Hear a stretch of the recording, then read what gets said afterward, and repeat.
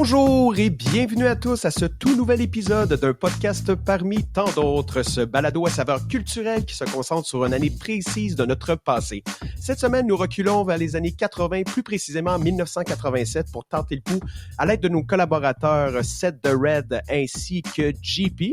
Alors, lentement, je vais commencer à parler. Je vais décider de prendre notre ami Cédric. Comment est-ce qu'il va ici directement de Long Beach? Comment est-ce qu'il va, le Ced? Ça va super bien. Ça paraît pas. Merci. Et oui, comme promis, aujourd'hui, j'ai décidé de choisir comme couleur de Benjamin de Mort.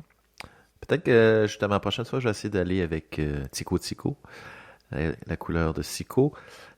Aujourd'hui, comme avec la température, je dirais que je suis dentelle délicate. OK. OC65. C'est bon, ça ressemble à quelle couleur, ça? Ça doit être blanc, C'est ça? un sorte de, un blanc avec un petit peu, un sorte de blanc crème, un petit peu de vert, gris. Alors c'est ça. Dentelle délicate. Je pense que ça de starter une dépression, là, ça va pas bien. Non, au contraire, ça va bien, je trouve. S'il y a des gens qui sont intéressés à Rona Plus, de voir c'est quoi le code de la couleur. Ben c'est ça, chez Benjamin Mort, c'est OC65. Parfait. Merci beaucoup à tous. Bingo! Et on retourne la POC directement de Québec City, downtown. JP, comment est-ce qu'il va? Ça va très bien, sauf que là, depuis qu'on a commencé le podcast, commence à neiger, il fallait qu'on en parle il y a 2 minutes. Oublie pas, on est intemporel. Non, c'est l'été. En ce moment, il fait super chaud. Il fait super chaud. Écoute, une belle journée d'été à moins 5 degrés avec un peu de neige. Wow, c'est N'oubliez pas de mettre vos pneus d'été, hein? Hey, puis je passais bien trop rapidement. J'ai même pas demandé à Ced quelle personne née ou décédée en 1987 as-tu pris et pourquoi? Alors, suite au succès de mes chansons lors du dernier podcast, j'ai décidé de récidiver. Si je vous chante. Parole, parole, parole. Oui. Parole, parole, parole. Hein? Ouais. Parole, parole, parole, parole, parole. Ben, il y a d'autres paroles aussi dans la chanson. Là, mais Il y a d'autres paroles que le mot parole.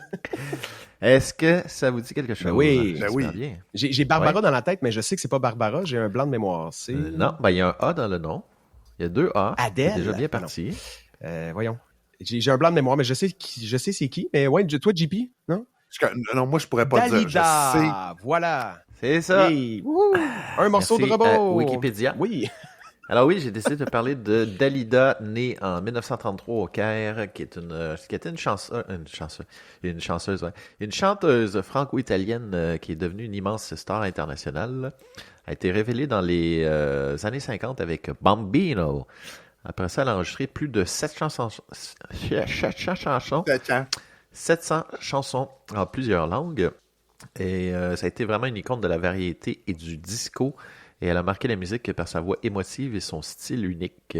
Sa vie, mêlant succès et drame, nourrit la profondeur de son interprétation.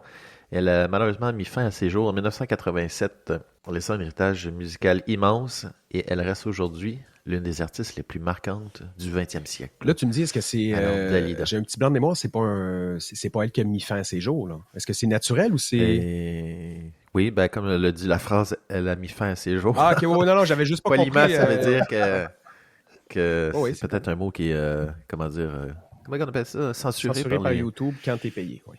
Ouais, elle a fait squick, je sais plus comment, mais c'est ça, je pense avoir compris c'est ça, c'est un peu compliqué dans sa vie personnelle, je crois. Je regarde la photo en plus, c'était une très belle femme, hein? C'est vraiment, parce que je n'étais pas capable de mettre un visage sur le nom que tu m'as donné. T'écris Dalida, c'est la première qui sort. T'as plusieurs variantes de quand elle a commencé puis quand elle était avant pas l'accident, je dirais, là, mais avant la fin. Là. Ouais. C'était une belle femme, sincèrement. Là. Je me souviens de sa... Là, maintenant que t'en parles, je me souviens de sa voix, je me souviens de sa face. C'est vrai que aussi Bambino, il faudrait que je la recute, là, mais tu sais, c'est... En tout cas, ouais. Ça m'a dit quelque chose, la chanson. Là. Bon, mais c'est parfait. Merci, Ced. Sinon, Québec, on a dit qu'il neigeait, faisait beau aussi, puis on était en plein... 5 degrés, moins 5 degrés. En pleine saison automnale. Sinon, JP, quelle personne morte ou née en 1987 as-tu pris et pourquoi? Ben, mort en 1987, j'ai pris René Lévesque. Ah, ben oui, effectivement, oui. J'ai pris René Lévesque, par principe, né en 1922, mort en 87, 1er novembre 87, à l'âge de 65 ans, politicien québécois. Mais, faut pas oublier une chose, c'était un journaliste avant. Oui, qui a commencé avec les libéraux. Oui, oui. Exactement, ouais. C'était pas les mêmes libéraux qu'aujourd'hui. J'écoutais au secondaire. Moi, je me suis plus attardé sur René Lévesque. Une fois que je suis parti de l'école, c'est bizarre, là, mais une fois que j'étais après le cégep, je me suis plus intéressé à la politique au Québec. Mais, ça a été un journaliste de guerre pendant la Deuxième Guerre mondiale et il a fait la guerre de Corée aussi. C'était un correspondant de guerre. Ah oui, OK. Tu me oui, l'apprends, oui, merci. C'était assez... je trouvais ça important de le souligner parce qu'il n'a pas juste été politicien, il n'a pas juste... comment je pourrais dire? Faire la loi sur le français au Québec, la charte de la langue française, il fait beaucoup de choses. Perdu un référendum également. Tu sais, je voulais en parler. L'itinérant aussi. Oui, mais je voulais en parler un peu vite parce que c'était pas juste une figure politique aujourd'hui qui est utilisée à tout va. C'était un homme de son époque. Il a vu beaucoup de choses. Il a vu l'épée. Il a vu ce que, malheureusement, le côté noir de l'humanité, il a fait quand même la Deuxième Guerre mondiale puis la guerre de Corée. Ouais. Fait que, tu sais, je trouvais important d'en parler, que c'est pas juste un politicien. C'est un homme de son époque. C'est un homme qui avait une vision également de son époque. Puis qui a fait ce qui est la province ou le futur, ou peut-être le futur pays qui peut être le Québec. Bon, mais c'est parfait. Puis sinon, on lui dit bonjour du haut des cieux. Et moi, acteur italiano, Lelo Ventura, vous connaissez? Oui, le nom, oui. Ce grand acteur, justement, qui est acteur italien, qui est né en 1919 en Italie, qui est mort à Saint-Cloud, oh mon Dieu. En France, là, c'est Saint-Cloud, parce que c'est Cloud, mais c'est pas Saint-Cloud. C'est pas Saint-Cloud, ça doit être Saint-Cloud. On va dire Saint-Cloud, voilà, qui est décédé en France en 1987. Bien sûr, c'est un grand acteur né italien, sinon français. Il a joué dans plusieurs films. Moi, mon préféré de tous, bien sûr, c'est L'Aventure, sorti en 1972. Un excellent film. C'est un chef-d'œuvre. Allez écouter ça, c'est extraordinaire. Il y a aussi un grand chanteur aussi que vous connaissez très bien, un petit Belge qui aime beaucoup les frites. Jacques Brel, qui est aussi dans ce film-là. Donc voilà, c'est un très grand acteur. Il a fait plein de films. Les Gorilles vous saluent bien en 1958, La Fauve et lâchée en 59, L'Armée des ombres en 69, Garde à vue. Donc un acteur très prolifique et qui est aussi qui est père. Ça, je l'ai su après, qui était père de 4 enfants, notamment une fille handicapée qui est malheureusement décédée en 2025. Puis en 66, avec sa femme Odette, a ouvert l'association Perce-Neige qui est destinée à venir aux personnes, à venir en aide aux personnes handicapées mentales. Donc, je trouvais ça quand même bien parce que, bien sûr, c'est bien d'être un bon acteur puis tout ça, mais à l'extérieur, si t'es aussi un bon humain, on adore ça. Donc, voilà. Donc, c'est son nom de naissance, c'est Angeliano Giuseppe Pasquale Ventura. Donc, ça pouvait pas être plus italien que ça. Donc, voilà, du haut des cieux, on te Petit Bambino. Ouais, c'est ça, Bambino aussi. Voilà. Donc, comme il dit, là, j'allais dire une phrase de justement l'aventure, c'est l'aventure, mais vous le connaissez pas, c'est la 5e République, c'est foutu. Le capitalisme, c'est foutu. Le socialisme, c'est foutu. Voilà, mais là, c'est pas drôle. Donc, voilà. Donc, j'espère que vous êtes prêts à la maison et aussi chez vous, boys and girls, pour partir de cette magnifique année 1987. Oui. Ah oui, donc! Ouais, ça, t'es réactif, c'est bon, on aime ça. On commence ça maintenant.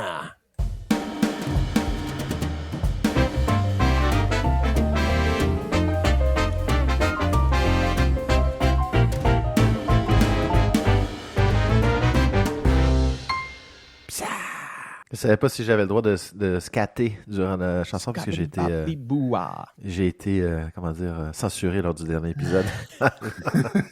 C'était pour le mieux. Alors, on commence ces événements marquants de 1987 avec le traité INF. Reagan-Gorbatchev, les États-Unis et l'URSS, à l'époque on appelait ça l'URSS, signent un accord historique pour éliminer les missiles nucléaires de portée intermédiaire. Après ça, il y a le début de l'intifada palestinienne, soulèvement populaire majeur contre l'occupation israélienne. Et ensuite, Margaret Thatcher, qui est réélue première ministre britannique, remporte un 3e mandat. Je crois qu'on en avait parlé aussi lors du dernier épisode. Elle est partout, Margaret. Elle nous suit, la Margaret. L'assassinat de Thomas Sankara, on avait parlé dans un épisode qui ne verra jamais le jour, mais on avait parlé dans une ancienne époque, il y a plusieurs années, peut-être 1 ou 2 ans. Alors, l'assassinat de Thomas Sankara, le leader burkinabé révolutionnaire, est renversé et tué lors d'un coup d'État. Tiens. Il y a aussi les accords du lac Meech au Canada, qui n'était pas très loin du restaurant où nos parents avaient à Gatineau, pas à Gatineau, mais à Chelsea. En Outaouais, on fait pas de Chelsea. De Lac Meech était pas très loin. Alors, tentative importante de réforme constitutionnelle pour intégrer le Canada. C'est pas là aussi la nuit des longs couteaux? C'est-tu avec, je me mélange avec ça? Oui. Ben oui. Justement, avec René Lévesque, et tout est dans tout. Alors, non, c'était pas avec René Lévesque, c'était... Si vous voulez toute l'histoire, allez sur YouTube, écoutez RBO, ça va tout être bien raconté avec une petite touche d'humour. Faites vos recherches.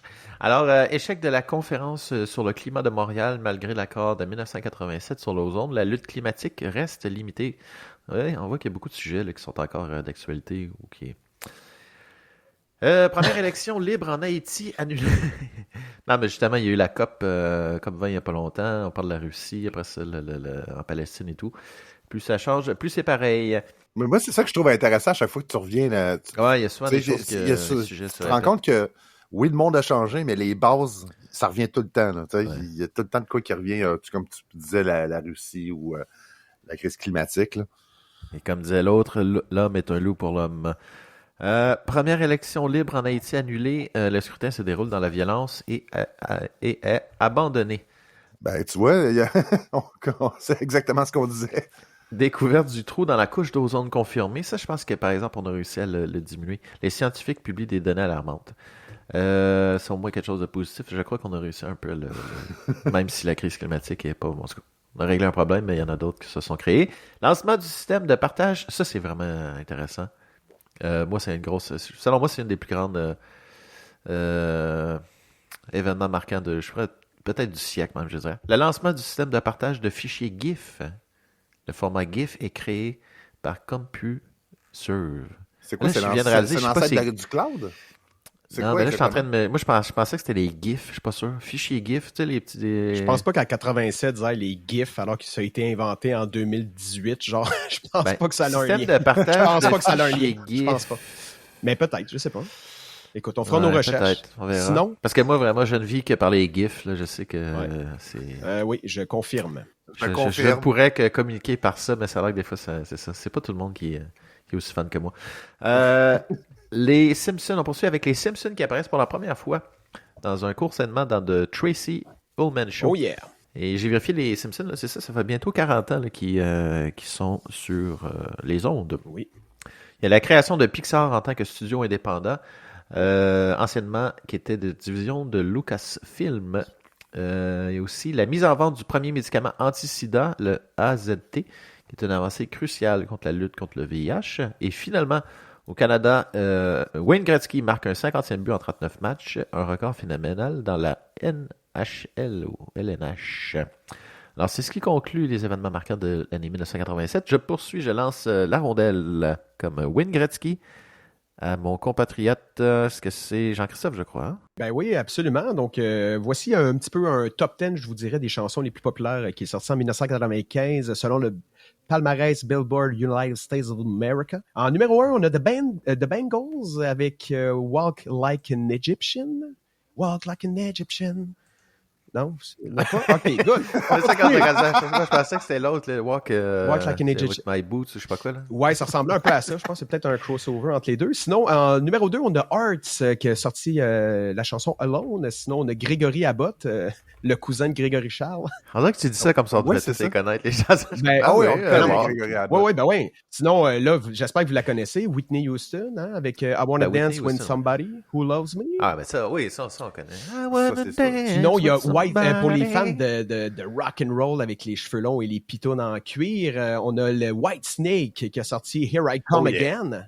Oui. Là, tu me touches. Et je me suis trompé, j'ai dit Here I Come Again, c'est Here I Go Again. Oups! Ça allait faire une blague, mais je pensais pas que la chanson était chantée. Ouais, donc voilà. Sinon, on a aussi Bruce Hornsby, In the Range. Bonne chance de découvrir c'est quoi ce groupe-là avec The Way It Is. Sinon, on a aussi la grosse chanson de cette année-là. Oh, we're halfway there. C'est quoi ça? Hein? Bon Jovi, Chris. Living Like a Prayer. OK, non. Ah, ouais, mais... We're living on a prayer. Ah, OK. Ça, ben ouais, Ça ressemblait pas à ça. Hey, là, non, oui, mais... le problème, c'était pas à tune, JC. Non. C'est pas grave, Moi, à la maison, je pense que je chanterais très bien pour ça. Sinon, bref. Ben, écrivez-nous sur notre Patreon. Sinon, bien sûr, côté québécois, on a un petit peu de Tu peux pas de Claude Dubois qui a été un succès quand même assez fort en 1987. La talentueuse Céline Dion avec Incognito. Voilà. Une chanson que j'aime beaucoup chanter aussi le matin, Chat sauvage de Marjo le matin. C'est soit Chat sauvage ou Pleure dans la pluie. J'aime beaucoup commencer ma journée avec ça. Ah ouais, vraiment. Je tripe beaucoup trop. J'ai 3 versions différentes de tous les cris, tous les SOS. De Badavoine, justement. Il y a aussi Marie-Denise Pelletier et une nouvelle version française de Zaza, là, avec la voix rauque. Là. Donc voilà. Tous les cris, les SOS. C'est la meilleure chanson au monde, ça. C'est hallucinant. Et voilà. Sinon, on est en 1987 ou encore Marjo avec Doux. Est-ce que vous vous souvenez de cette chanson? Doux? Ou ça me dit ça me dit quelque chose. C'est une chanson relax. Ouais, je pense que ouais. Moi, je m'en souviens pas vraiment Doux, mais Chat sauvage, je m'en souviens, par exemple. Ça, oui. Absolument. Et pour terminer, Vanessa Paradis, côté français, bien sûr, elle a été très populaire aussi au Québec. Mais bon, j'aime tes yeux. Cette semaine, j'ai lu un article. Oui, j'aime tes yeux. Hein? J'ai eu un article justement de Johnny Depp qui disait que cette relation a été extraordinaire et c'est que du positif. Donc, voilà. Et, c'est sûr que si elle compare à son autre relation... Oui, mais avez-vous remarqué justement que toutes ces années-là, avec Vanessa Paradis, il y avait encore de l'allure physiquement, puis que là, ça paraît des fois quand une grande femme s'en va de la vie d'un homme, des fois, il en arrache un peu. Hein? Je trouve, depuis le départ avec elle. C'est peut-être plus que son alcoolisme. Oui, sa drogue et tout, peu importe. Donc voilà, donc je passe la POC, c'était ça, là, le top 10 mondiaux un peu des hits parade. Je passe l'appareil à JP. Mon tour. Donc, 1987, beaucoup de choses. Je vais embarquer 2 secondes dans ton champ d'expertise, JC. Ouais. 1987, il y a quand même Michael Jackson qui a sorti Bad. Oui. J'en parle parce que je peux dire que c'est un film, mais c'est un clip musical qui dure très longtemps. C'était pas normal à l'époque, mais il a réussi à créer de quoi. Fait que je voulais en parler vite. Beaucoup de films aussi. Ça se peut que ça allait être vieilli pour vous autres, que les plus jeunes qui vont écouter le podcast, mais c'était vraiment notre époque, tu sais. Puis je trouvais ça important d'en parler. Il y a eu Spaceball. Vous souvenez-vous de ça? Oui. Spaceball était une parodie sur Star Wars qui était absolument incroyable. Ouais. Avec l'acteur qui jouait dans Maman, j'ai raté l'avion. J'ai rétréci les enfants. J'ai rétréci les enfants, effectivement. Puis ça, je réécoute ça souvent, puis je fais « Wow! » C'était tellement typique. Ça représente vraiment les années 80, fin 80. Là. L'humour est malade. Là. Ça vaut vraiment la peine. Autre chose, parce que, il faut quand même que je vous parle un peu d'horreur. Le 3e Freddy est sorti cette année-là. Freddy Krueger, finalement le bonhomme 7 heures qui rentre dans vos rêves. Flic de Beverly Hills, le 2. Ça, c'est sûr, si vous êtes plus jeune, vous ne connaissez pas nécessairement. Ils ont sorti un remake. Ça va, mec?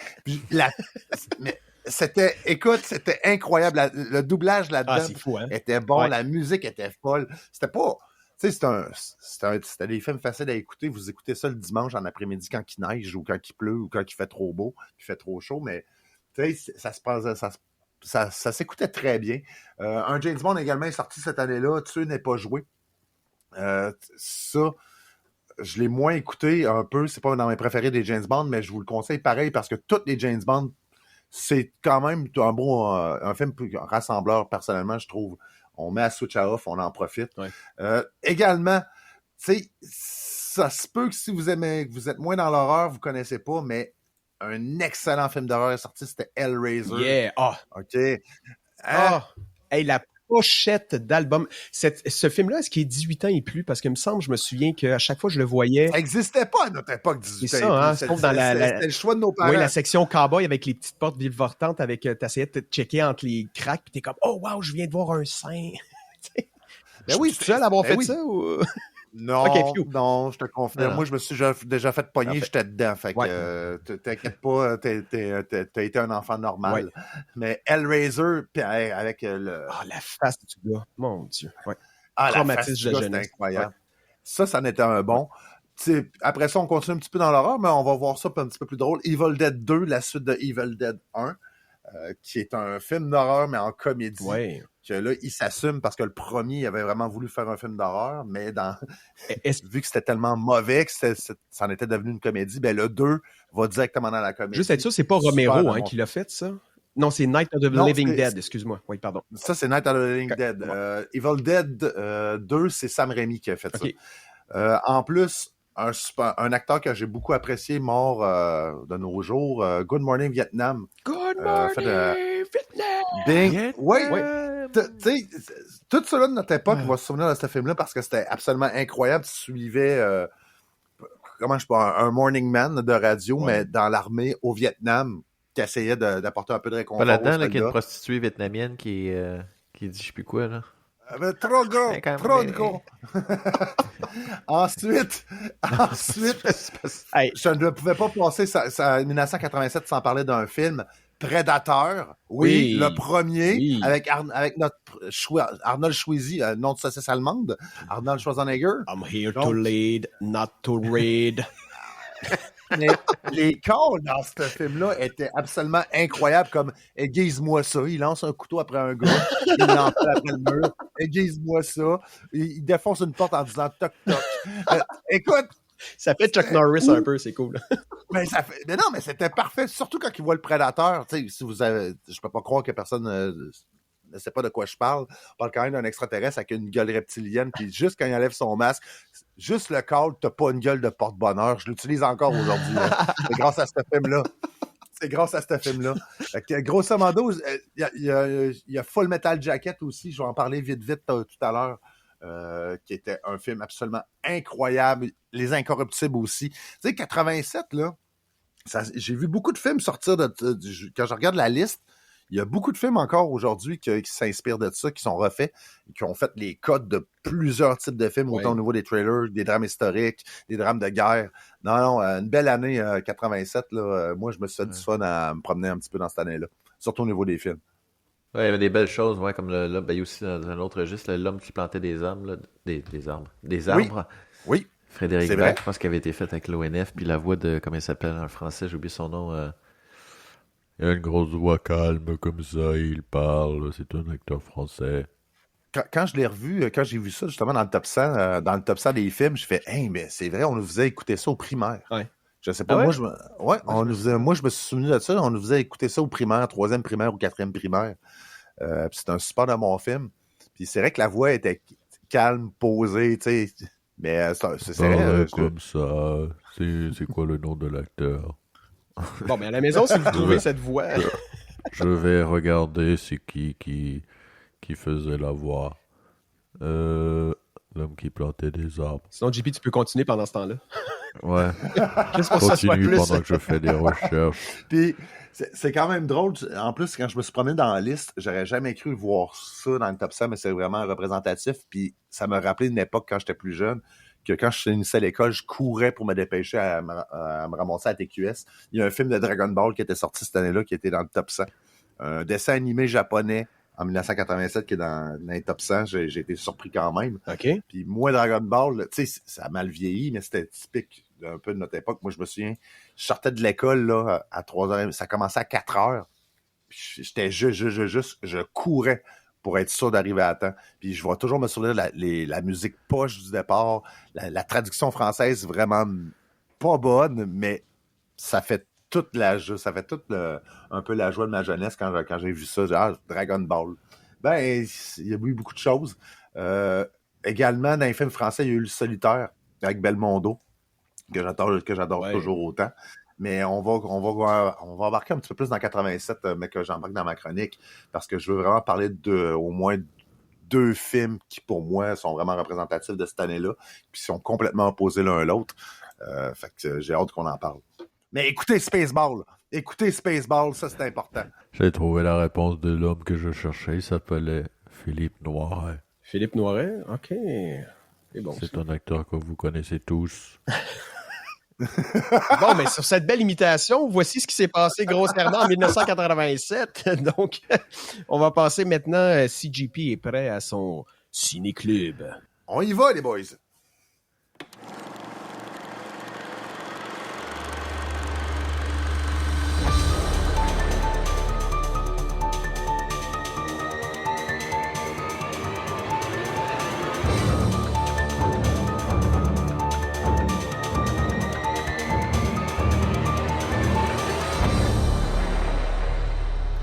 « 1987, messieurs. On vient juste d'en parler. Il y a eu plusieurs bons films, plusieurs bons réalisateurs qui ont débuté ou qui se sont fait connaître. Et c'est pour ça que je vais commencer avec ce film-ci, qui est Robocop le premier. Vous vous souvenez de ça, j'espère, messieurs? Ok, oui.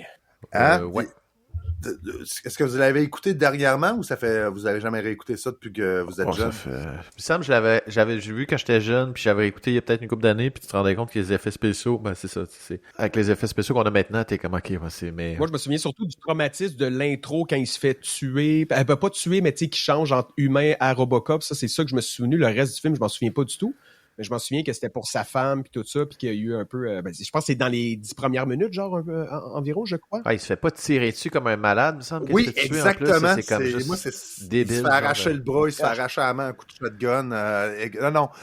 Film réalisé par Paul Verhoeven, un réalisateur que j'apprécie particulièrement parce que il a fait plusieurs films un peu douteux, puis vous me connaissez, j'adore toujours les films un peu douteux, donc c'est pour ça que je parle de Robocop, mais Paul Verhoeven a également fait Les Patrouilleurs de l'espace, le Starship Trooper, que j'adore, qu'on en a déjà parlé. Mais quand j'ai écouté ce film-là, je fais enfin, je vais pouvoir embarquer sur un film que j'écoutais de mon enfance, ça faisait longtemps que je n'avais pas réécouté, peut-être même une vingtaine d'années, et c'est pas pour les enfants. Je comprends pas pourquoi on nous a fait écouter ça. Mais c'est excellent.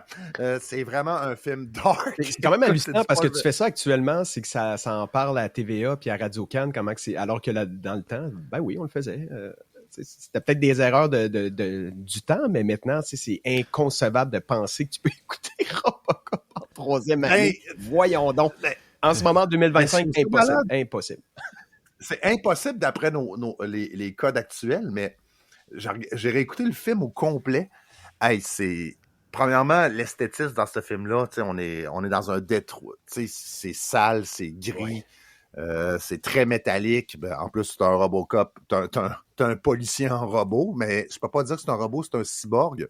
Parce que dans le film, ce que je trouve intéressant, c'est que Détroit est au bord du précipice social, puis la police est rendue contrôlée par une corporative privée. Qui veulent insérer justement des robots pour le contrôle ou ces choses-là, mais la technologie n'est pas encore super bonne. De là, d'ailleurs, quand ils présentent le projet des cyborgs policiers, ça vire plutôt mal. Il y a un des actionnaires qui se fait massacrer par le robot parce qu'il y a eu un problème au niveau du code quand ils ont programmé le robot. Fait que c'est de là qu'ils décident de faire des cyborgs. Puis tu te rends compte que tu sais, sa corporation-là n'est pas là pour le bien de la population, elle est là pour faire de l'argent. Donc, ils ont compris que quelqu'un qui chie pas, qui dort pas, qui mange pas, ben, il travaille tout le temps, donc c'est plus rentable qu'un policier. Donc, le but étant d'aller vers ce type de sécurité-là au niveau de la ville. Et puis, tu vois, il y a un truc que Paul Verhoeven fait dans ce film-là, que j'ai revu dans Starship Trooper, puis dans quelques-uns de ses films que j'adore, c'est les pubs. Il fait des pubs dans le film. T'sais, admettons, t'es en train d'écouter, t'écoutes le film, il t'explique qu'est-ce qui se passe un peu au niveau des nouvelles. Fait que tu vois les journalistes en train de t'expliquer ce qui se passe dans la ville. On passe à une pub. Puis t'écoutes la pub, puis tu fais, ça n'a pas de bon sens. Autant au niveau, admettons, changer ton cœur. Il t'explique comment, ça coûtera pas trop cher, vous allez être à crédit. Ouais. Ou l'antivol que la personne rentre dans ton char, se fait électrocuter jusqu'à la mort, puis le char s'en débarrasse. Tiens, voici la sécurité. T'as des pubs là-dedans absolument incroyables. Faut que t'aies un humour noir, mais moi, j'ai ri, là. Je me souviens, je l'avais écouté quand j'étais jeune, il y a des choses que je comprenais pas. Ouais. Que j'ai puis tu sais moi je suivais le policier, j'ai eu un policier robot, moi j'étais un petit gars, fait que il était cool, raide, c'était comme on voulait tout être Robocop là. Ben oui, on voulait tout être Robocop, tu sais moi tu le vois, il y a un fusil qui sort de la jambe, puis tu sais il y avait de quoi. Il y a eu un remake également dans les dernières années qui est un petit peu plus profond que ça, mais Paul Verhoeven dans le premier, il a montré un contexte d'une ville au bord du chaos. que, soi-disant, comme le public ou l'État n'est pas capable de régler le problème, on va utiliser des sociétés privées. Les sociétés privées, bien sûr, ils veulent faire de l'argent. Ils sont pas capables de faire des robots qui sont capables d'assurer la sécurité. Donc, ils prennent des policiers qui se font massacrer, de là, Robocop, pour en faire des cyborgs, pour pouvoir les utiliser. Puis, il y a quelque chose de triste dans ce film-là, parce que Robocop, il y avait quand même une famille avant, là. Il se souvient pas, il se souvient de rien, ils ont tout volé finalement, puis ils l'ont reprogrammé. Mais tu vois un petit peu la relation, tu sais, sa femme, son ex-femme aussi, je peux dire, puisqu'il est mort, c'est plus Robocop étant plus un humain, c'est un cyborg. Tu sais, il y a comme une relation, il y a un conflit entre je suis encore humain ou je suis une machine. Le système, comment il l'utilise, comment les policiers réagissent par rapport à avoir un policier robot qui dort pas, qui chie pas, qui dort. Il faut comprendre le principe. Ouais. Puis, tu sais, c'est surtout que c'est Alex Murphy qui a juste eu une journée de travail qui change de caserne. Il fait une journée de travail, rencontre Lewis qui est super hot, une super policière. Tu sais, l'exemple de la femme forte des années 80, que tu te rends compte qu'elle est en train de tabasser un gars parce qu'il n'a pas été poli ou il a fait de quoi de pas correct. Mais ils ont connu une journée, cette personne-là, ils l'ont apprécié. Puis le lendemain, il devient un robot. Fait que, tu sais, tu vois, il y a un changement au niveau de la police, il y a un changement au niveau de la municipalité, des mentalités qu'une corporation veut assez d'inculquer. Ouais. T'as le sergent qui s'occupe d'essayer de garder le tout là-dedans, qui est absolument incroyable comme acteur. Ah non, Robocop, là, c'est pas juste de la violence, parce que t'as des trucs vraiment violents là-dedans. Là. Surtout comment Alex Murphy se fait assassiner, parce que c'est un assassinat en règle. Tu vois un petit peu le comportement également des criminels là-dedans, qui sont dans toute impunité, qui sont même protégés par le pouvoir en place, qui est la corporation. Je dis la corporation, parce que c'est plus simple que ça, et qu'elle a un nom, bien sûr, mais l'OCP, c'est un petit peu comme dans d'autres films. Tu vas regarder dans Alien, c'est Weyland Yutani. Tu vas regarder dans d'autres films, c'est Umbrella Corporation. C'est un peu sur ça le principe. Mais Paul, là-dessus, il a réussi à faire un super de bon film, dark. Il y a des questions à se poser. Super violent. T'as des scènes, là, j'ai fait « Oh, on nous a fait écouter ça quand on était jeunes, puis ça passait. » C'est comme on disait tantôt, mais ça passe encore tant qu'à moi, parce que le film, c'est pas juste de la violence. Cette violence-là, elle a une légitimité dans le film parce qu'elle apporte toujours quelque chose. Alex Murphy se fait massacrer. C'est extrêmement violent. Tu le vois revenir sous forme de robot, pas comprendre, il y a une violence psychologique. On l'envoie dans la rue. Les interactions qu'il y a avec les policiers, la municipalité, même les personnes, les civils.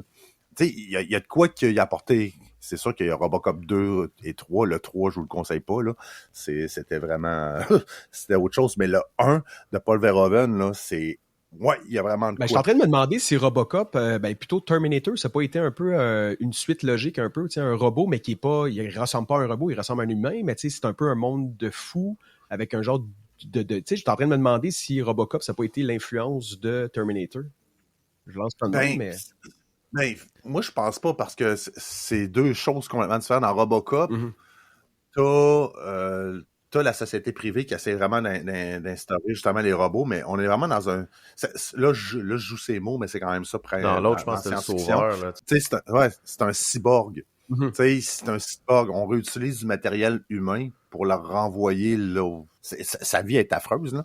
Ouais. Sa vie est vraiment affreuse, là, parce que il est mort dans son service, puis il la remettre, tandis que dans Terminator, on parle que c'est Skynet, c'est une intelligence artificielle qu'on a faite, qu'on a créée, qui nous a dépassés, puis qui s'est rendu compte que le problème pour que la Terre aille mieux, c'est de se débarrasser des êtres humains. Est-ce qu'on va vivre bientôt, là?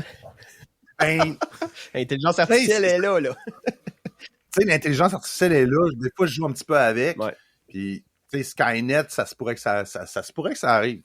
Ça se pourrait. On s'en parle. Mais dans Robocop, on utilise la technologie, on utilise des restes d'êtres humains pour pouvoir les renvoyer, les faire continuer encore à travailler. C'est de l'esclavagisme, dans le fond. C'est carrément ça, là. Tu sais, moi, ça se peut que le monde me connaisse un peu moins, là, mais ça ressemble vraiment à l'univers de Warhammer 40 000. Là. Finalement, les humains, c'est juste du matériel. Ouais. C'est carrément ça. On peut le réutiliser. Même après sa mort, c'est pas grave. Tu peux réutiliser tous les morceaux. C'est pas grave. Au Soleil Vert, on en a déjà parlé. Là. Dans ces années-là, dans un film des années 70, Mais Robocop, fait par Paul Verhoeven, super bon film. 87, j'ai apprécié de pouvoir réécouter ce film-là. Puis j'ai pris le temps également d'écouter un film qui m'a fait retourner à mon enfance. Moi, c'est sûr que je connais, mais quand j'en parle, faut vraiment que j'apporte une couple de personnages ou que j'explique le film pour que le monde s'en souvienne. Mais c'est Princess Bride, qui est la princesse Bouton d'Or. Vous en ai parlé un peu tantôt. OK. Mais la princesse Bouton d'Or, pour aller dans un sujet plus léger, plutôt que d'aller dans du Paul Verhoeven, tu sais, moi, je vous propose un bon petit film de dimanche après-midi avec vos enfants. Un film d'aventure, un film drôle, coloré en plus. C'est Princesse Bouton d'Or. OK. Princesse Bouton d'Or, c'est une comédie. Oui. À vous, je t'apportais ça d'une façon... Ça faisait genre Ciné-Cousi à TVA. Ciné-Cousi. Après, avant, Robocop, c'était film de gars. Vous allez écouter Robocop. Ouais. Puis là, après ça, je t'embarque dans un film d'enfant. J'essaie de quoi? C'est parfait. On J'essaie de quoi? Princesse Bouton d'Or, c'est une comédie fantastique. Moi, j'adore parce qu'il y a le géant ferré là-dedans, André le géant, excusez.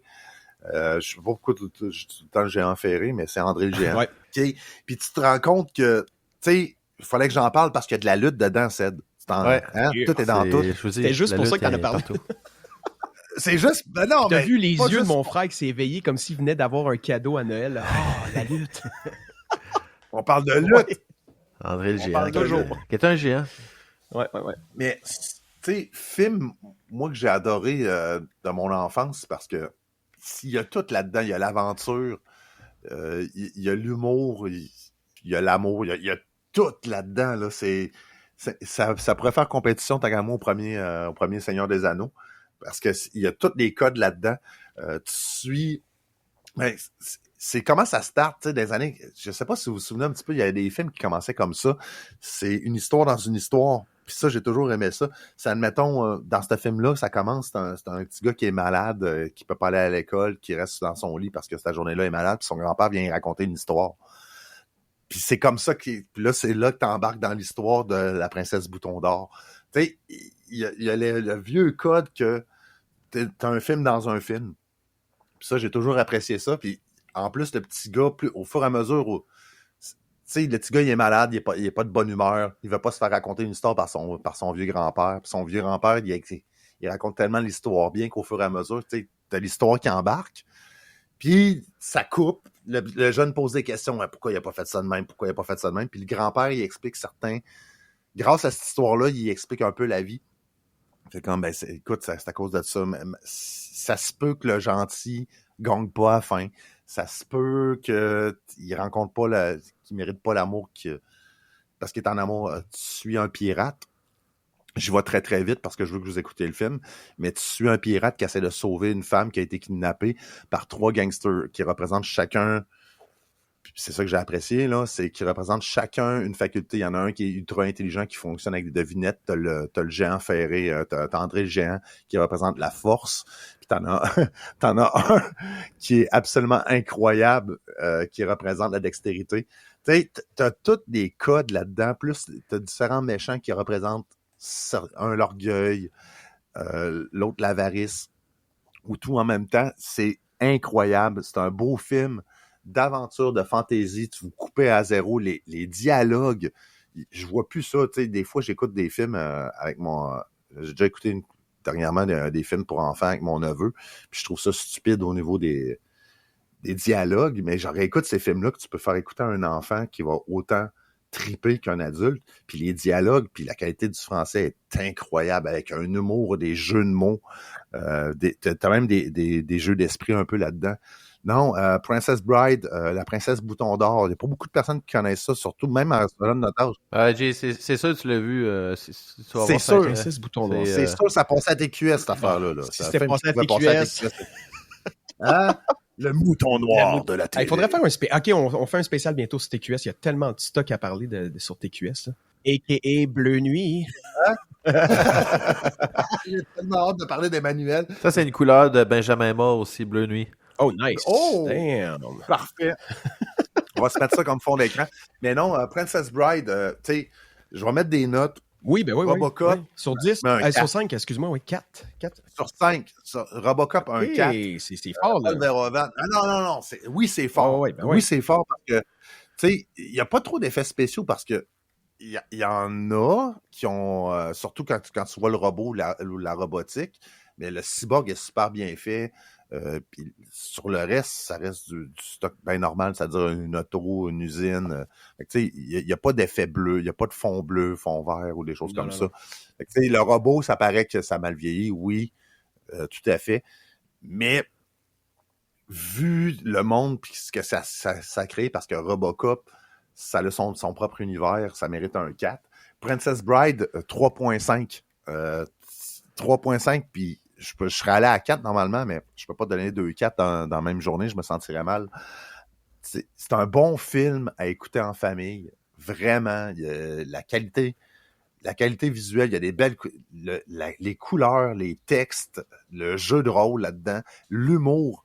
Tu sais, tout est là. Ça va faire autant plaisir aux petits garçons qu'aux petites filles. Parce que, tu sais, il y a des combats d'épée, il y a de l'amour, il y a, comment je pourrais dire, de la chevalerie aussi là-dedans. Il y a de tout. Il y a vraiment de tout. Puis il y a des scènes un petit peu plus horrifiques, mais tu sais, pour des enfants, ça passe super bien, là. On n'est pas dans Robocop. Fait que Princess Bride, écoutez ça. Faites écouter ça à vos enfants. Il y a tout là-dedans. C'est vraiment bon. Ça représente vraiment un petit peu l'idée des films de ces années-là qui montraient autant le pire que le meilleur, mais qui t'amène vers tout le temps le meilleur. Fait que je trouve que la Princesse Bouton d'Or apporte ça. Des bons films à écouter pour ce dimanche. Merci infiniment. Et là, on passe à ta chronique, J, je pense, c'est ça? Ça vous fait penser à quoi, ce petit DJ-là? La haine. Oui, non, absolument pas. 1987, Appetite for Destruction. Est-ce que ça vous dit quelque chose? Ouais, mais c'était quoi le lien avec on le Scratch? Scratch? On dirait une toune de Megadeth. Ça ressemble, hein, mais c'est très proche. Ben oui, tu sais, il y a des albums qui marquent une époque, puis il y a aussi Appetite for Destruction, qui est sorti en 1987, qui était le premier album de Guns N' Roses. Et il s'est pas contenté que juste faire du bruit. Ils ont juste carrément redéfini le rock pour tasser un peu les coupes capillaires et tout ça. Eux autres sont arrivés en fin 80 avec leur espèce de gros rock metal un peu dans ta face. Hein? Puis au lieu que ce soit ils ont débarqué avec des bottes poussiéreuses au lieu de leur espèce de glam rock et tout ça. Donc ça a été un peu un nouveau band de Los Angeles qui arrive avec un son un peu qui te crache à la gueule. Puis le collectif, dans le fond, c'est avec Axl Rose, bien sûr, qui est le chanteur, / l'extraordinaire guitariste qui est avec son chapeau haute forme qui est extraordinaire. Était-tu si bon que ça? Lui, il me semble comme qu'il ne pas avoir un chapeau sur la tête. Il était très bon. Il était très bon. Ouais. Puis je crois, de ce que j'avais dit, il me semble dans ma tête qu'il a été pas mal autodidacte de quoi de même. Donc il dit, avec sa grandeur et tout ça, il est autodidacte. Il y a les guitaristes en général dans le monde, / c'est peut-être pas mais il est proche d'être proche d'eux. Et sinon, Duff McKagan, qui est le bassiste, lui, je sais pas pourquoi, c'est un de mes préférés, je sais pas pourquoi. C'est un des gars qui a le mieux tourné avec les années et tout, donc je l'aime bien. Sinon, Easy Stradlin, qui était... Easy, c'était le deuxième guitariste, mais lui, il est un peu plus en arrière, là. Et Steven, qui était le drummer, qui est pas resté, parce que supposément qu'il y avait des problèmes d'alcool, donc je suis en train de me dire, avec un groupe alcoolique, si tu te fais crisser dehors de ton groupe parce que t'es alcoolique... et que t'es plus alcoolique que les autres, ça doit être quelque chose, tu sais. Donc, quand tu te lèves le matin avec ta bière en perfusion. Là, ouais, non, c'est ça, exactement. Donc, leur mélange, c'est un peu un mélange de punk, même des fois de blues avec du hard rock, mais avec une attitude sincère. Puis comme ils ont vraiment arrivé avec ça, ils sont arrivés 87 avec 12 morceaux, 53 minutes, aucune respiration. C'est juste vraiment dans ta face. Puis il y a un côté un peu cru dans l'enregistrement aussi. C'est un des... Bon, vous savez, bien sûr, il y a Welcome to the Jungle, il y a My Mitchell, il y a Sweet Child of Mine. Donc, ils ont vraiment arrivé avec des tunes un peu crasses dans ta face. Puis d'autres moments, c'était des... Mon Dieu, ça va être des gros tubes. Donc, ils ont vraiment eu la sauce parfaite, un peu de... On est punk un peu dans l'âme ou comme dans le look. On n'est plus glam rock, on est en mode... quoi que le premier album, je te dirais qu'il y avait encore les cheveux un petit peu glam, mais pas trop non plus. Mais bref, ils sont arrivés avec un côté plus punk, plus voici ce que c'est, puis c'est un peu dans ta face. Puis des anecdotes, en fait, c'est surtout côté anecdote là, que j'aimais parler, parce que là, de parler des tunes que tout le monde connaît, c'est une chose. Mais est-ce que vous saviez, dans le fond, que la maison Geffen, ils voulaient pas promouvoir du tout l'album, du tout, alors que c'était eux qui l'avaient signé. Est-ce que vous savez pourquoi? Il est trop alcoolique, il paraissait mal ou Non. une question d'image. Guns N' Roses faisait peur. Il disait qu'il était trop, pour eux, Geffen. Hein? Qui, d'ailleurs, juste une petite anecdote, Geffen, le propriétaire Geffen, a fait avec Steven Spielberg DreamWorks, a ouvert DreamWorks avec, si vous ne saviez pas, maintenant vous le saviez, ça fait plaisir. Donc c'est ça, il disait qu'il était trop dangereux, trop imprévisible, puis trop réel. Donc, bizarrement, ils ont même failli ne pas sortir Welcome to the Jungle, que vous savez qui est une hymne de rock complètement. Donc, tu sais, ça, il était à 2 secondes de pas le faire. C'est fou quand même, tous les classiques, des fois, ça passait à 2 doigts que ça se passe pas. Hein? Mettons... Mais surtout que ça a eu un gros succès, là. Ils ont vendu 30 millions, je viens de lire 30 millions d'albums, là, fait que... Bien sûr, ils n'ont pas été trop radio-friendly, donc c'est sûr que ça n'a pas trop aidé, mais comme tu as dit, Ced, ils ont vendu tellement de millions d'albums que ça a été un one of a kind quand ils ont sorti. Et il était dans le même temps un peu que Metallica aussi, tu sais, je pense qu'il y avait comme Metallica était déjà là depuis un bout.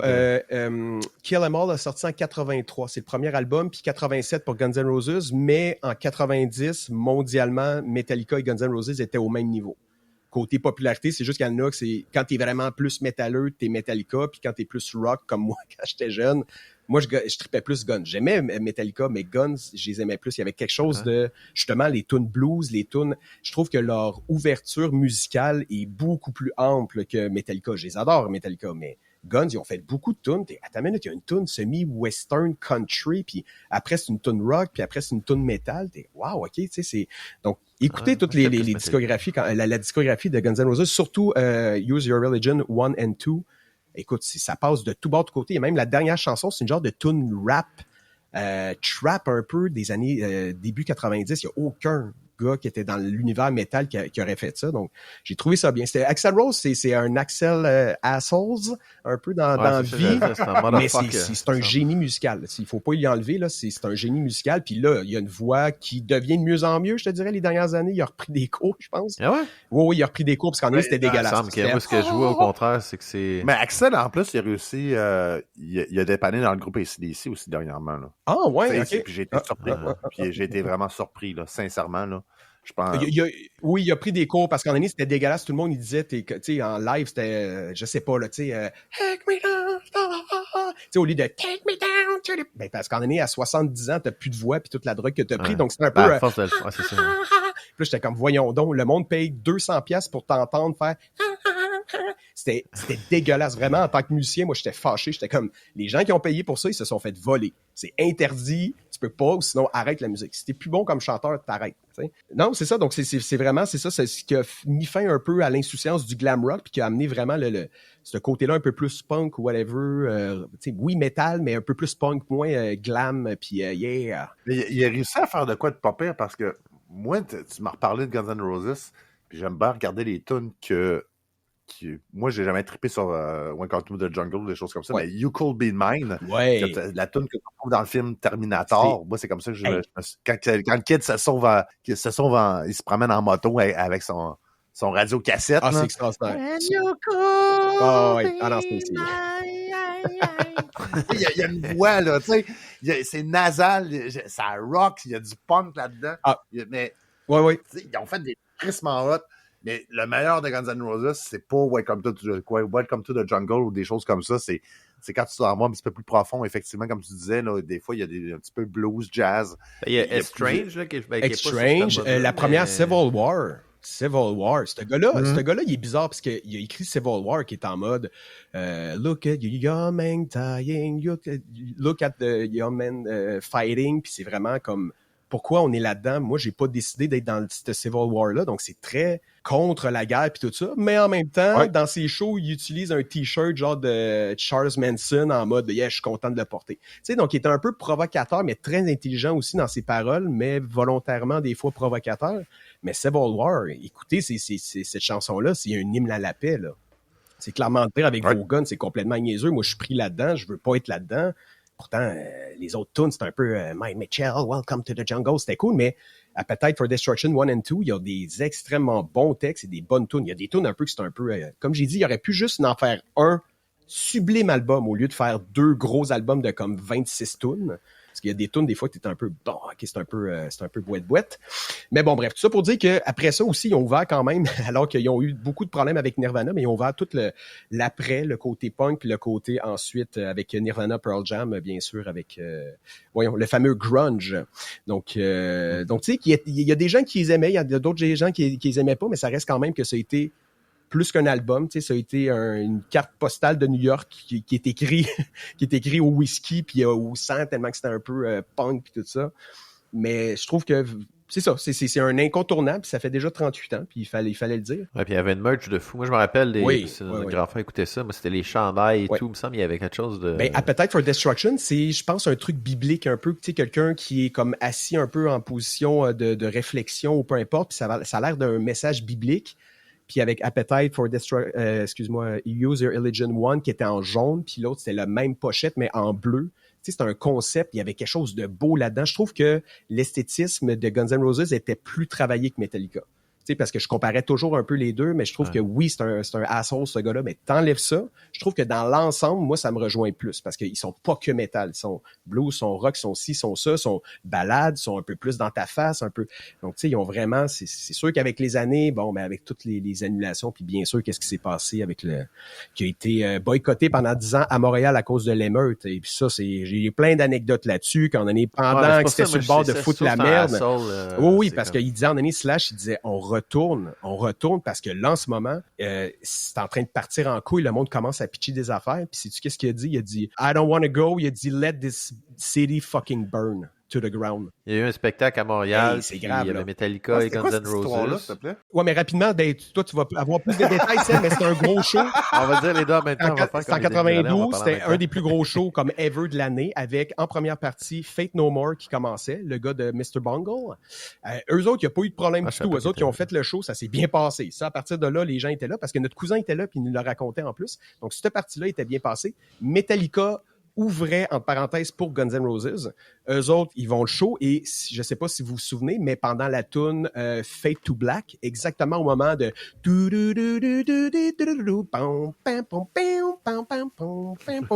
y a eu un feu, puis James Hetfield était à côté, donc c'est fait brûler au 3e degré au bras. Donc, le show arrête. Allez voir sur YouTube exactement à ce moment-là. Tu vois, tous les musiciens arrêtent puis font comme « Oh, qu'est-ce qui se passe? » Puis là, tout le monde fait comme « Oh shit! » Puis tout ça. Puis finalement, on l'amène à l'hôpital. Là, il y a le drummer, là, « Hey yo, excuse me. » Tu sais, il est comme notre chanteur est à l'hôpital en ce moment, donc on doit annuler le show. Donc tout le monde était comme « Holy fuck! » Tu sais, comme James Hetfield est brûlé, c'est un show à Montréal, qu'est-ce qui se passe? Donc là, il dit « On est vraiment désolé, on va revenir. » Puis je pense qu'ils sont revenus 1 an ou 2 ans après pour ce show-là. À chaque fois, ils reviennent. Moi, je les ai vus au moins 1 ou 2 fois à Montréal, puis ils font tout le temps attention. C'est des vrais fans. Excuse-moi, c'est des vrais bons musiciens qui respectent leurs fans. Voilà. Axl Rose ne respecte pas ses fans. C'est ça. Ben, c'est ça. En gros, Metallica n'a pas pu jouer, a dû annuler sa partie, mais là, Guns N' Roses a attendu. 2 heures. On a attendu 2 heures parce que lui était trop sous, mais il disait « Ah non, ma voix est pas prête quand même. » Puis là, les gens ils disaient « Hey, ça fait 2 heures qu'ils attendent. » Ça fait 2 heures là, qu'il n'y a plus de show, puis ils sont déjà en mode « Oh shit, il est-tu correct? » Pendant l'année, ils attendent 2 heures. Ils jouent, il arrive 2 heures après, il joue 45 minutes, puis tout le long, tu voyais qu'il n'était pas dedans. Pendant l'année, il a dit « Hey, you know what? Fuck it. » Il a juste comme pitché le mic, puis il a dit « OK, on s'en va. » Donc là, le monde, ils ont fait ta minute, là. On est une 20 000 jeunes ados à moitié sous qui est en mode Chris, notre show de notre vie est déjà fini. Puis là, le monde, il capote. Là. Donc là, ça a commencé à péter des trucs, ça a commencé à brûler des chars, brûler des poubelles, des trucs comme ça. Puis allez voir sur YouTube, je pense qu'il y a encore l'entrevue de Musique Plus. Puis c'est vraiment du monde, tu sais, admettons, genre Steve avec les cheveux à moitié mi-fesse qui est comme « Hey, les tabarnak, Guns N' Roses, on vous a attendu pendant 2 ans, mes hosties de mangeurs de marde. Je vous déteste. » Puis tout le monde était comme « Fuck you, Guns N' Roses. » Puis tu sais, vraiment avec... Là, les policiers, là, tu sais, dans le temps, qui sont habillés avec une petite chemise, là, qui sont comme 2-3, puis ils voient des métalleux sortir en... de même. Ça a été le chaos. Donc là, ça a été des millions de frais à la Ville de Montréal, des millions de frais à Montréal. Donc, la Ville de Montréal a dit « Guns N' Roses est banni parce qu'à cause de vous, vous avez causé. Vous êtes les personnes responsables. » S'il avait bien fait le show, ça l'aurait terminé correctement. Mais comme il a dit, Slash, en année, il a dit « Moi, qu'est-ce que j'ai toujours pas aimé dans cette histoire-là, c'est que moi, je voulais faire le show. mais c'est Axl Rose qui a décidé que non, puis c'est une des raisons parmi tant d'autres qui a décidé de partir du groupe dans le temps. À un moment donné, il a dit, moi, je l'acceptais pas, puis Guns, le chanteur, il a fait, fuck you, j'y vais pas. Comme, on s'en calisse, regardons le chaos. Mais à ta minute, tu parles de 20 000 ou même plus de gens qui sortent dans une rue à moitié sous en tabarnak, là. C'est grave ce que tu fais, tu sais. Donc, bref, tout ça pour dire, JP, que ça a été vraiment un événement assez marquant. Sur YouTube, il l'a. C'est vraiment intéressant. Donc, bref, tout ça pour dire, je n'aime pas Axl Rose, j'ai aucun respect pour lui. Mais j'aime beaucoup ce qu'ils ont fait. Puis écoute, Appetite for Destruction, allez écouter ça. JC, en même temps, tu sais, si on commence à... Si tu regardes tous les artistes, en fonction de si c'était les bonnes personnes, il n'y aurait rien. Ben, Léo Ferré, on est pas, hein, voilà. Un exemple parmi tant d'autres. Ils se sont créés une image où c'est leur vraie personne. Tu sais pas, peut-être Axl Rose, c'est la personne la plus gentille sur la planète. Anecdote, j'ai une amie, dans le fond, qui travaillait pour Evenco avant, puis elle a dit c'est un des gars les plus extraordinaires en personne. J'ai dit, voyons donc, c'est pas un assaut. Il a dit, non, il me serrait la main, il a serré la main de mon enfant, il me disait, est-ce que tout va bien, nanana. C'est un peu comme Trump, en personnel, il est super avenant, super gentil, mais c'est un esti trop de cul dans la vie. Mais en personne, donc là, j'ai fait, cool, ok, tant mieux, tu sais. Mais ça reste ça, tu sais, Axl Rose reste quand même une personnalité publique, tu sais, je sais que la dernière fois qu'il est passé au Festival d'été à Québec, dans son contrat, c'est que s'il se présentait pas à l'heure, il n'était pas payé. Fait que, tu sais, des personnes de même, tu règles le problème comme ça. Tu dis, regarde, si tu n'arrives pas à l'heure, mon homme, t'es pas payé. Oui, absolument. Ben oui, il faut. C'est bizarre, il est arrivé à l'heure. Fait que, tu sais, Axl Rose, à cette époque-là, tu me la réexpliques, je vais la rechecker tantôt.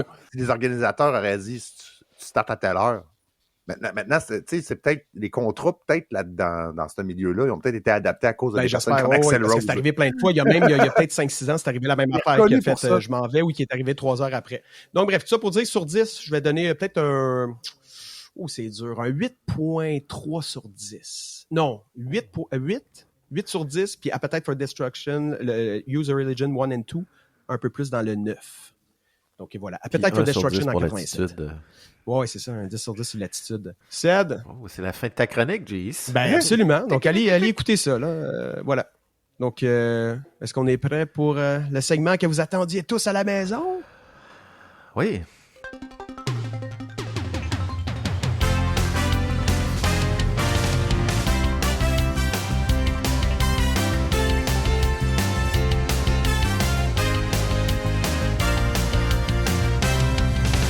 Et c'est maintenant l'heure de l'Historico Quiz. Ok, ça va être de plus en plus long à chaque épisode, là. Je pensais que Jacques fallait faire la présentation de... Ben non. Mais justement, on n'entend pas la musique, il n'entend pas la musique de son côté. Alors oui, c'est maintenant l'heure de l'Historico Quiz de l'année 1987. Alors le 19 octobre, le Dow Jones subit une baisse record de 22%. Comment nomme-t-on ce crash boursier? C'est vrai, on a oublié de tester vos buzzers. C'est ce que j'allais dire. Alors, buzzer à Jean-Christophe. Boom, backlack. Boom, backlack, ouais. OK. Le buzzer de JP. Là. Pour vrai? C'est du François Legault, ça? Ça ressemblait à du François Legault. Là. Pas le temps de faire c'est difficile. Alors oui, j'ai réussi aussi à mettre pas en marche, mais un tableau en fait qui résume les résultats de l'Historico Quiz. Alors pour le moment, sur 4 émissions, il faut les temps de lire, sur 4 émissions, JP a gagné 3 fois. Une fois Alexandra qui était là sur une émission spéciale. Alors, Jean-Christophe, il serait temps que tu te réveilles. Pas le temps de faire le party. Bien joué, ça.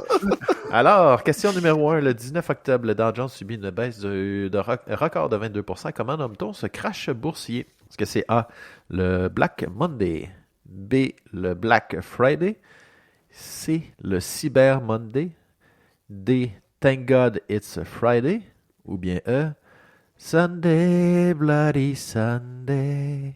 Les témoins sont ouverts. Encore une chanson, encore chantonnée. Oui, alors les témoins sont ouverts. C'est bien. J'avais pas connu que c'est son buzzer, ouais. Je pensais qu'il parlait. Oui, JP. Je fais par exprès. Black Monday. Black Monday, bonne réponse. Évidemment, Black Friday. Black Friday. Les petits applaudissements, c'est des applaudissements. Il faudrait que je trouve des applaudissements de mini-pot. Comme ça. On va en trouver. Prochain épisode. C'est ça, Black Friday, Cyber Monday, bon, ça c'est au niveau des ventes. Thank God It's Friday, ça c'est une expression, on va dire, finalement, quand tu travailles du 5 jours par semaine, du 8 à 5. Finalement, c'est vendredi. Et Sunday Bloody Sunday, que j'ai bien évidemment chanté avec une si belle voix. Oui. C'est la chanson de U2. Vous l'avez reconnue? Ben, tu sais aussi l'histoire de ça. Hein, Bloody Sunday. Ben, c'est Ouais, ça, c'était c'est en quoi l'histoire de ça, 1972, un Oui. massacre en Irlande, dont 13 civils protestants ont été tués. Oui, c'est assez violent. Oui. Alors, c'est 1-0 pour JP. On poursuit avec la question numéro 2. Quel est le nom de cette célèbre chaîne de télévision créée aux États-Unis en 1987? Est-ce que c'est A, Canal Vox, B, Fox Lady, C, Télé 4 saisons, D, Télé Métropole, Oh. E, Al Jazeera, ou bien F, Fox News? Les témoins sont Boomba ouverts. clac. Oh, oui, Jean-Christophe ici. Foxy Lady. Non, ben pas Foxy Lady, mais Fox News, excuse-moi. Fox News, Fox News. Ouais, on va être indulgent et te laisser la... Fox News, évidemment. Canal Vox, en fait, je sais plus si ça existe, mais c'est une télé... Je pense que oui, poste télé communautaire, dont j'ai déjà travaillé un petit peu en Outaouais. Oui, payé par TVA. Non, mais ça, c'était... C'est pas la maison Québécois, mère, je pense qu'il y avait ça. Oui, Québécois, bref. Canal Vox, c'était Québécois, me semble. C'est comme des canaux régionaux un peu. Oui, là, ça, où c'est tu fais Québécois des qui avait ça. émissions, Ouais. Ouais. Mais t'as pas dit d'autres choses, non? T'as pas dit... Ben, TVA, qui est à Québécois, ouais. Ah ouais, TVA. C'est la même affaire, Zach. Chanson Conglomérat. Foxy Lady. Ils l'ont dit à la Ouais, TV, c'est ça. c'est vrai. J'ai fait un petit jeu de mots avec Fox et Vox. Foxy Lady, chanson de... Du guitariste comment droitier, s'appelle-t-il, là. le guitariste. Ouais. Qui se mettait des capes d'acide sur les sourcils. Faites vos recherches. Oui. Jimi Hendrix. Je parle même pas du guitariste, je parle du gars qui se met des acides dessus. Pauvre gars. Alors, Jimi Hendrix, TQS, Télé 4 saisons. Télé Métropole, ça, c'est l'ancien poste. Justement, je me demande si c'était pas l'ancêtre de TQS. Al Jazeera, qui est un poste islamique, si je me trompe pas. Alors, je faisais Ben, les c'est États-Unis, les Al nouvelles du Jazeera. côté Moyen-Orient, C'est ça. puis ils ont les mêmes ils ont les tendances que les nôtres ont. Là. Et Fox News, en fait, ben justement, Fox News, dont qui est justement où les Simpsons ont commencé. En fait, ils sont là depuis une quarantaine d'années. Mais tu te souviens-tu, dans le temps de Fox, Fox était quand même un producteur également de films. Hein? Oui. Ils ont fait beaucoup. Tu sais, c'est fou hein, quand tu dis c'est un poste de TV, mais ils touchent à beaucoup de choses. Là. Mais moi, c'est ça que je trouvais drôle, c'est que j'ai refait mes recherches. Je pensais que Fox, moi, je l'associais à Donald Trump. Ouais, mais c'est après qu'ils se sont vraiment mis de la droite vers l'extrême, mais au début, c'était plus correct. Parce que dans ma tête, les Simpsons, souvent, ils critiquent un petit peu. Ben... Oh oui, il y a une... Ouais, mais c'est... Peu importe. Regarde des émissions critiques par rapport à tout. Là, les Simpsons, c'est des critiques aussi. Là, c'est le meilleur exemple. Fox finance les Simpsons qui tapent sur toutes. Là. OK, c'est pas South Park. Là. Moi, j'ai une préférence pour South Park parce que c'est personnel. Là. J'en ai écouté un épisode hier. J'étais comme, OK, on est loin des Simpsons. Mais ça tape sur toutes. Là, tu réécoutes tu peux écouter les Simpsons. Mettons la 2e ou la 3e saison, tu vas faire tu vas entendre parler de beaucoup de choses au niveau politique, au niveau des États-Unis qui touchaient même au Canada. Tu dis, OK, c'est vrai, je me souvenais plus de telle crosse qu'on entendait à cette époque-là. Là, non, c'est ça qui est surprenant, mais Fox a changé beaucoup avec le temps. Mais en même temps, ils ont un petit peu gardé la critique. T'sais, les nouvelles puis ce qu'ils produisent, c'est pas nécessairement la même chose. C'est là que je veux faire attention. C'est tellement gros que c'est pas... Oui, c'est la même entité, mais c'est pas la même sous-catégorie. Ils font des choses quand même assez intéressantes, pareil. Moi, je n'écoute pas Fox pour les nouvelles. J'écoute Fox à cause de leur émission, qui font juste de quoi de différent un peu des autres. Là. C'est juste ça. Là. Alors, poursuivons avec la question numéro 3. C'est un match serré 1-1. En 1987, il y a la chute du président philippin qui est confirmée. Quel était son nom? Est-ce que c'est A, Marco Cagliari? Oh! B, Marco Estrada? J'allais voir c'est qui tout à l'heure. Je peux même pas dire c'était qui le premier ministre philippin à cette époque-là. C, Marco Rubio? Pense pas. D, D, Marco Polo? Je me trouvais drôle. E, Ferdinand Marco. Les témoins sont ouverts. Alors, quel est... Oh! Ferdinand Marco. Ferdinand Marco. Je sens que Jacques-Christophe a la haine de vouloir gagner ce Turco Quiz. Après 18 défaites consécutives. Alors, effectivement, Marco Cagliari est un chanteur. Marco Cagliari est le chanteur qui chante Joyeux anniversaire dans les restaurants Pacini. C'est vrai, Pacini, excuse-moi. Oui, Pacini, bar à pain. Ouais.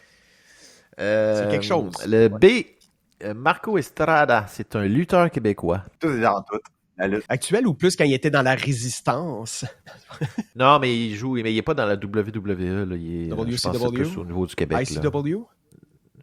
Je sais pas, mais je pense qu'il est au Québec, il est quand même assez connu. Moi aussi, je suis un fan de lutte. Dans l'univers de la lutte. Marco Rubio, c'est le secrétaire d'État des États-Unis. Marco Polo, c'est le jeu qu'on joue dans une piscine quand on crie Marco Polo! Polo! Ça, c'est Louis José Hood. Qui faisait ça? Ouais, les estis d'anglais, Marco Polo! Il disait ta gueule! Et Ferdinand Marco, qui était la bonne réponse. Alors, question numéro 4. Jean-Christophe qui prend l'avance à 2-1. JC à feu. Il a le couteau entre les dents. Les fins de victoire. Au niveau de la NBA, les Lakers deviennent champions grâce à quel joueur? Est-ce que c'est A, Magic Johnson, B, le magicien d'Oz, C, le magicien masqué, D, Chris Angel, Oh yeah.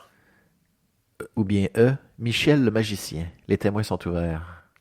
Là. Oui, J, François. Oui, réponse à J. Oui, c'est ça.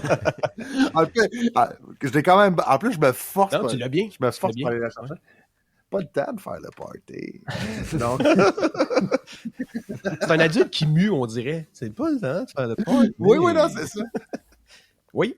Alors, Peux-tu me donner le A, excuse, à force de dire. Je pense que Magic Johnson. je vais dire Magic Johnson. Magic Johnson, bonne réponse. Ici, on avait un jeu de mots avec les magiciens. Magicien d'Oz. Magicien masqué, je ne sais pas si vous venez de lui, qui était Val Valentino. Non.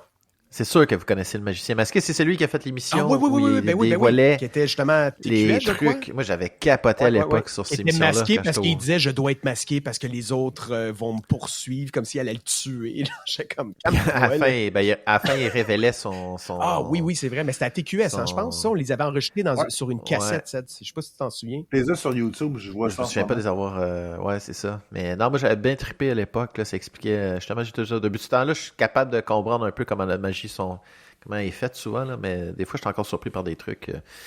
Chris Angel, aussi un magicien bien connu. Là, moi, je me rappelle, il y avait une émission justement, ils s'attendaient un petit peu, il me semble. C'était bien drôle. Avec un petit style gothique un peu, puis là, les filles étaient comme « Oh my God, il est tellement chaud! » Mais lui, ce que j'aimais moins, c'était beaucoup... C'était C'était beaucoup des effets, mais tu sentais que c'était tout truqué par la caméra. Là. C'était comme, ah ouais, mais là, tes 50, ta foule de 100 personnes, c'est tout du monde qui ont été achetés. Là. C'est des figurants, puis ils sont comme, waouh! Puis en tout cas. Et Michel le magicien, ça, c'est c'était une vieille époque. Ben, vieille époque. À Radio-Canada, il y avait un magicien qui s'appelait Michel le magicien, justement, qui était dans des émissions pour enfants. Il y avait des longues moustaches là, qui tournaient et tout, mais bon. Ça, c'est pour notre public âgé, un peu plus âgé qui nous écoute en grand nombre. Alors, c'est maintenant 2-2, un match très serré, ça va se jouer à la dernière question. Question numéro 5. Sortie d'une des franchises les plus respectées dans l'univers du jeu sur NES, Nintendo Entertainment System. Est-ce que c'est A, la console, Sonic, B, Blade of Steel. Oh yeah! Blade of Steel! C'est que c'était mal fait, ce jeu-là. C'était parfait. C'était le fun, ça. C, Double Dragon. Oh yeah! D, Doom. E, Prince of Persia. Ou bien F, Mega Man. Les témoins sont ouverts. C'est une question difficile. Là. Ouais, parce que là, il y a moins de blagues. C'est tous des jeux qui existent pour de vrai. Ouais. Là. C'est pas le temps de faire le party. Juste parce que j'ai adoré Megaman. Eh oui, bonne réponse. Oh yeah! Full en délire. Malheureusement, Jacques-Christophe n'a pas remporté ce match. J'avais de bons espoirs pour toi, Jace. Effectivement, 1987, c'est ça le NES. Eh ben, il y a Sonic, mais ça, je sais même pas Sonic, si Sonic, c'est avec Sega. C'est avec Sega, ouais. Blade of Steel, moi, je me souviens de ce jeu-là. En plus, on avait une manette Super Power. Double Dragon aussi, qui était le fun, je me rappelle. Yeah. Et Nintendo, Doom. Moi, je me rappelle que c'est ça, il y a deux Doom films, 95. Ouais. deux jeux que je voulais parler, là, Doom et Prince of Persia. Doom, moi, ça me fait. Je me rappelle, nous, on a eu un ordinateur à l'époque là, où c'était. Ouais. On n'avait pas la console, on n'avait pas la carte de son par contre, on n'avait pas les sons. Donc quand je réécoute des fois des vidéos de Doom, je fais comme c'est quoi cette musique-là? Je suis comme, ah non, mais c'était vraiment de la musique parce que nous autres, on n'avait pas ça dans le temps. On n'avait pas le son, mais on avait le jeu. Donc je me souviens très bien du jeu, mais le son, je trouve ça, je me suis pas habitué.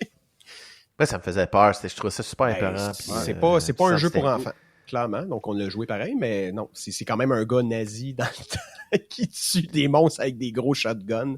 C'est assez violent, ouais. Puis à Prince of Persia aussi, je me souviens, là, ça, il fallait sauter, là, ouais. il fallait s'attaquer. Ça, c'était il me semble qu'il était moins bien fait, c'était plus linéaire, oui. On dirait. Puis surtout avec les... Tu sais, vous vous souvenez qu'il fallait marcher, puis il y avait des marches qui étaient tremblantes, puis ils tombaient, donc là, il fallait que tu cours rapidement. Ah, ça, c'était fou. Ça, c'était pas violent. C'était tellement... Tu pouvais rester dessus un peu, je pense, mais pas trop longtemps. Pas longtemps. Puis... Tu voyais qu'il tremblait, il fallait que tu t'en ailles, puis là, ça tombait sur une autre personne pour finalement chercher... Tu avais des combos aussi. Tu avais des combos fleurets, mais tu as eu d'autres générations. Tu as eu la génération des Prince of Persia qui a suivi par la suite. Moi, j'ai adoré cette saga-là. Hein. En plus, c'était Ubisoft Montréal. Là. Ah, OK, cool. C'était Ubisoft Montréal. Si vous aimez un petit peu les jeux vidéo, là, Prince of Persia, là, wow. Ça vaut la peine. Vraiment, là, Warriors Within, là, ça, c'était solide. T'en as pour genre 12-15 heures de jeu. L'histoire est incroyable. T'avais tout Prince. Non, ça startait, oui, au Nintendo, mais par la suite, ce que ça a créé, c'est vraiment des bons jeux. Là. Alors, c'est ce qui conclut cet historico quiz avec maintenant des statistiques. Maintenant, 4 victoires pour JP sur 5 matchs, avec une moyenne de points de 2,8 et Jean-Christophe qui est à 1,6 points. Alors, Jean-Christophe, ne perd pas espoir. Ne perd pas espoir. Il n'est jamais trop tard pour remonter la pente. Il n'est jamais trop tard. Moi, je crois... écoute, je sais que en plus, tu avais faim aujourd'hui, on le sentait. Ouais, je sentais que... Pire, hein? Ça s'en vient. 2026, là. Watch me. Watch me if you can. Bon. Alors oui, c'est ce qui conclut. Alors, on peut maintenant passer peut-être à la musique de fin.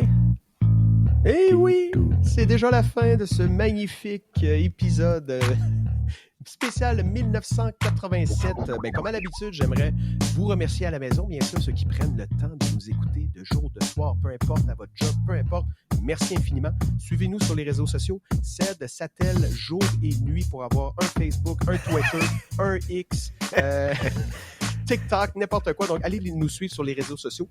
Je remercie aussi mes fidèles collaborateurs. Cédric, merci infiniment. Yes, on se voit à la prochaine. Yes, absolument. Puis JP, je te souhaite aussi bonne journée. Puis merci infiniment d'être là. Ça me fait plaisir. Puis oublie pas, c'est pas le temps de faire le party. Non, exactement, c'est pas le temps de faire le party. Donc voilà. Donc sur ce, les amis, à la maison, je vous souhaite une excellente journée et on se revoit très bientôt pour un autre podcast parmi tant d'autres.